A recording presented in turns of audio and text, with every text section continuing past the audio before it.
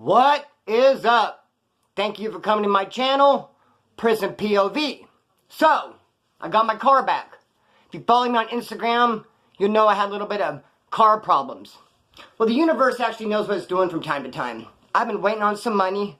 I really started to get frustrated because this money should have been here by now. It was not showing up. And all the while, my car was slowly breaking down, getting worse and worse. Finally, I get the money, the car breaks all the way down. I know what I'm spending my money on. So I took it to the shop, and the very next day, after I got it out of the shop, paid almost 2,000 bucks. Breakdown again. It's driving even worse than it was before I put it in the shop. In fact, I'm driving it, and the check engine light starts blinking. Now, every single car I've had, the check engine light has been on. If I got a car that did not have a check engine light on, I'd be like, what's wrong with this car? Something seriously wrong with this car, the check engine light's not on. This one started blinking. So then I Googled it, and it said, pull over now, tow it in. Towed her right back to the mechanic. And when I show up there in the morning, I call a tow truck, they loaded on the tow truck, and then I went to the mechanics, and I walk in, dude's on the phone. He won't even look up at me and acknowledge me that I'm even there. I just gave him 2 G's the day before yesterday. I left with my car, and then here I'm back. There's obviously a problem. So I'm just looking at him like this. He's on the phone, he won't even look at me. Staring at him. Then I see the tow truck come, so then I go, there it is! There's my car! The one in the tow truck, it's back. Where do you want it? So then he starts going, oh, yeah, he gets on the phone. Yeah, what's this problem? So anyways, they fixed it again. Every single time I take my car to a shop, a mechanic, I end up having to bring it back the next day. Every single time. From now on, I take it to a mechanic and say, okay, cool, you guys done? Everything good? All right, cool. All right, be back tomorrow. See you guys later. So anyway, enough complaining. I'm not complaining. I'm actually celebrating because I got my car back. Good, cool, and it's running like a champ. And the check engine light's not on. So let's get into the story and talk about some silly drama type-ish. Now, trip on this. I'm at pre-trial. I don't have a cellie. I know I'm going to get a cellie that night. I'm laying in bed. And all of a sudden, pretty late night, about midnight, I do get that cellie. He comes walking in. He starts going through all the rituals and steps one might go through if they have a clavo. I couldn't be more pleased. I'm laying in bed, he's, like I said, going through the rituals, doing everything he has to do. He's on the toilet, he's washing stuff, he's doing stuff. He has a clavo. Then by the time I could tell that he's done, and he actually is done cleaning it, it's out, and it's like ready to show. It's ready for show now. That's when I roll over and start giving, up to this point I was playing possum, I was asleep. But I was aware of everything. Now it's time for me to roll over, shake my leg, give a little body language, I might actually be awake. So then he goes, oh hey, what's up, buddy, you awake? Yeah, what's going on? He goes, look bro, look. So I get out and I go to the table expecting to see at least tobacco, some drugs, and it'd say jewelry. It's like a piercing for an eyebrow. The thing with the little ball and the 2 little things. I see that and I go, damn. I go lay down and goes, dog, look, we can sell this. I just lay back down. You might be able to, bro. I don't know about this weed shit. I get back in bed. Don't even think nothing of it. Get up the next morning, have breakfast, I go back to bed. Day room opens. He's at day room bright and early. He's trying to sell this thing. He's walked around the pod. He's talked to everybody twice. Now we start shooting kites this way and this way. Because we're in A4. So he's going over to A5 and he's going over to A3. He's trying to get these kites around. He's trying to sell this thing. I'm not paying him no mind. But I'm respecting his hustle though. He's on a light blue bonnet. So finally he shoots it over. Someone's interested. He shoots it over. They have it for a while. Half hour or so I guess. They shoot it back. I see him going to sell. No, they shoot him something. I see him go to the sale. I'm like, I wonder if they bought it. All of a sudden he's like mad. He comes like, Splinter, come here bro. I go into the cell and I look down at the table and it's the hoop, but the ball is gone. They send it back without the ball. The most important part. He's like, dude, said the ball's gone, I'm gonna kill him. I'm going, hell yeah, bro, that's a very important ball. They basically rendered it useless. What do you do now? He's like, I'm gonna fucking smash him, bro. I'm gonna shoot him a hookup. I'm gonna tell him where I live. They can meet me on the streets. He's like, I'm gonna get him. I go, bro, do you really want to get him? He goes, yeah. I go, we can get him, bro. You want to get him Thursday? He's confused. He's like, we got some fight club or some shit. I go, kinda. We go to the law library, homeboy. If you want to get him, we'll put a request in for the law library. Tell him to do the same thing, whoever you did the deal with. The homeboys over there will make him go. You can handle your business with the fucking law library, bro. He straight jacked you for your ball. And I get it, too. Because when I was at Wasco Reception, someone gave me a piece of jewelry. And I was looking at it like this, and then the ball was gone. That quick. And we're all looking at shit, so I understand, I get it. But I don't get shooting it back without the ball. I don't know what the hell they were thinking. They fucking lost it and gave it back. Oh, I don't know, it's not my name. Anyways, pissed. Shoots him a little invitation to the law library. He actually has me make him a little, he wants to hit him with the razor. Hey, it's up to you, bro. I wasn't pumping it up. I wasn't trying to pump him up at all. He didn't need no pumping up. He was hotter than fish grease. Had me make him a little thing. I made a little thing, and how it was, the dude who got invited to go was going to go by himself, and I was going to go, and then my silly was going to go. I wanted to go to see how it was going, just a little bit of support for my silly. Dude over there couldn't take no support with him because he's the one who pulled the scantless move. He was in trouble, kind of. This dude's going to get his run back. So we roll over there, and they call us out. They call us out of our pod, and they get everyone there, and they walk into a line law library. He don't even wait. Right there, and they pull him out in the pod. He just rushes them. But he doesn't use his pieces, uses his fists. Just boom, boom, as soon as he sees him, takes off on him. Spin that ass. Cops break it up. Cops take both of them away. Then I go back into my cell. You know, they went no better with me. Went back to my cell. Those two cops did whatever to them, took him the hole. And when I went back to my cell, I see the piece I made him. Right there on the desk. And if he let them hide on accident, or what he did. But yeah, that's what happened there. Pulls a cold piece of work, shoot over like that. Like he wasn't going to miss that ball. Alright, so trip on this. Sally and I are making wine in pre-trial. You almost have to make wine back in the day. They would give you an orange and an orange juice in your sack lunch. Sometimes an orange even for breakfast, and then for dinner. Fuck it, here's another orange. So that's all you need is orange, a little kicker, and some sugar for your Pruno. So we're making wine constantly. My Sally and I. So one day we're out there burping our batch. We look out, and the Southsiders and blacks get off in a big old riot. One of those ones that kick off like that, out of nowhere. They start fighting. Cops come in and break it up, slam us all down. Doors shut and locked. We're in there with this big old batch. But now we're like, what are we going to do with it? The cops are going to come in, they're going to start tearing everything up. They're going to do the major shakedown. So we can either drink it, throw it away, or get caught with it. Those are the three options.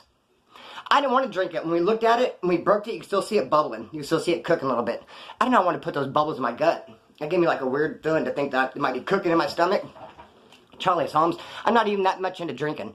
I just do for the hell of it, to cook it out of boredom, and I'll sip a little bit. But I'll get into it later. I don't even like alcohol. I don't like drinking. I don't like even really being around people that drink. But Pruno, you're not going to get real drunk off that shit.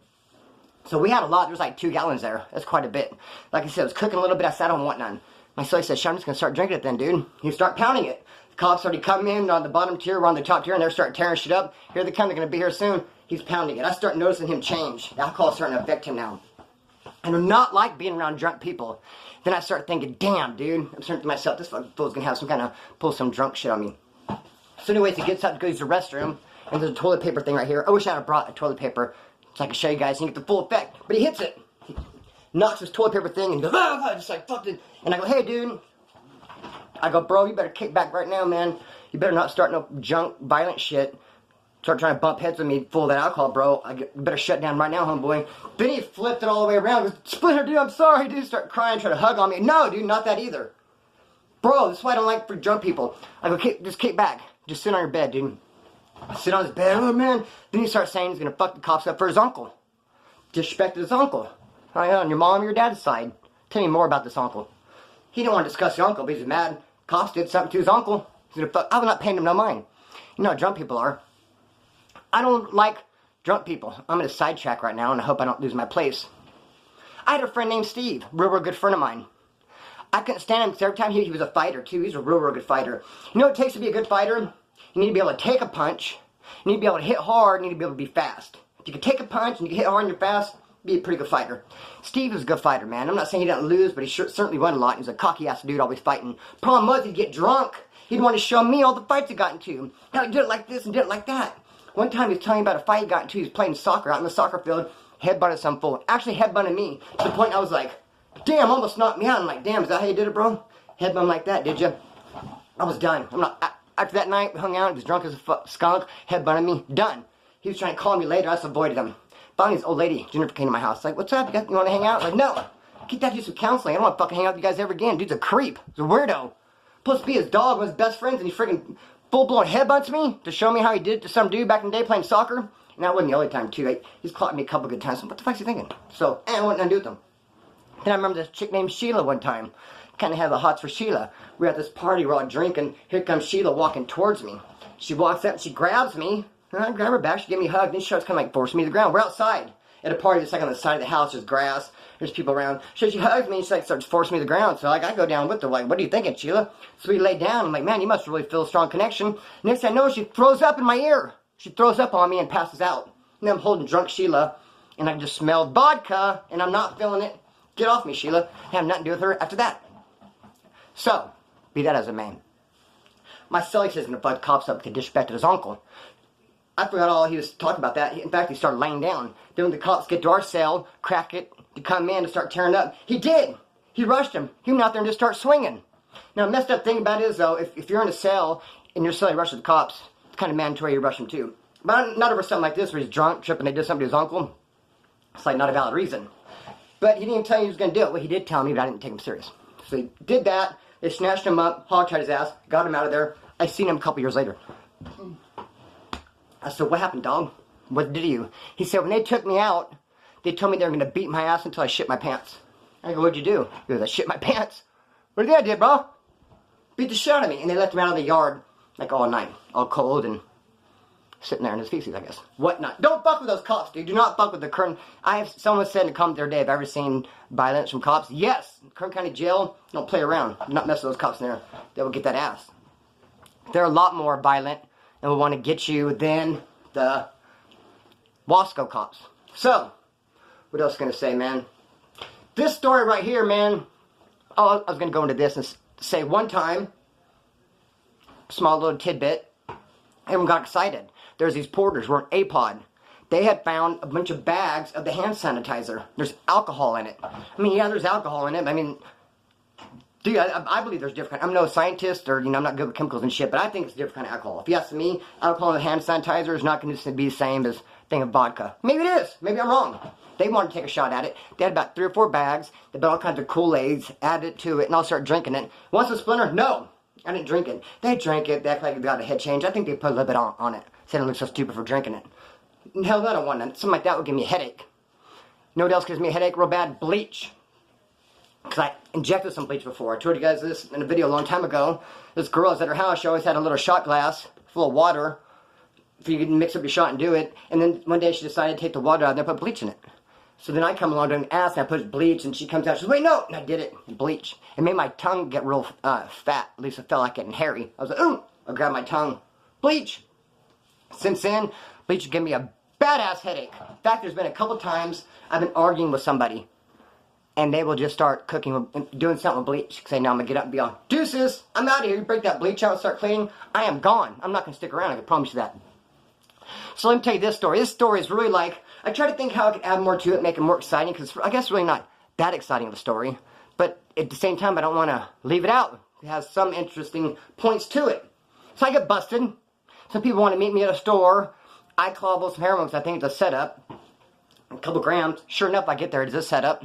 The people aren't there. I start leaving. I start getting chased. My girlfriend thinks it's these other Southsiders trying to jump me. I had problems with those people. It's like, oh, it's those people. And I go, no, it's the cops. Sure enough, it pulled us over. Good thing I had a clavo. Good thing I'm smart. No, it was a setup. So then I go into my cell at pre-trial, and as soon as I get in there, my cellie says to me, break out the drugs. Where's the drugs? I know you have drugs. I go, how do you know that? And he said, dude, because I did like a spell. He had wrote some stuff on the ground. He showed it to me. He had like manifested me. He did like some kind of spell or potion. I was going to say portion. He did a potion to get a portion. He just kind of spell to bring someone in there who had drugs. I was like, dude, how powerful is this spell? You better not pull my ass from the streets, bro. I mean, I understand if I was already busted, I'm downtown, and you hocus pocus, and you got me in, she wanted to get high. But dude, I hope you didn't drag me in from the streets. That'd be a cold shot. No, the potion's not that strong. Okay, so when it sells, yeah, I do happen to have some drugs, as a matter of fact. Broke at the heroin. He didn't like heroin. He liked some other stuff. He liked to go fast. I said, you're not going to go faster on me, you're going to go real slow. So I ended up giving him some, and it's way too strong to where he just pretty much passed out for the next 24, 36, maybe 48 hours. And I can't really recall, but I do recall a lot of snoring on his part. I would look to make sure I was seeing paleness, but not blue. Pale is okay, but not when they start turning blue. Yeah, and I didn't really give him that much either.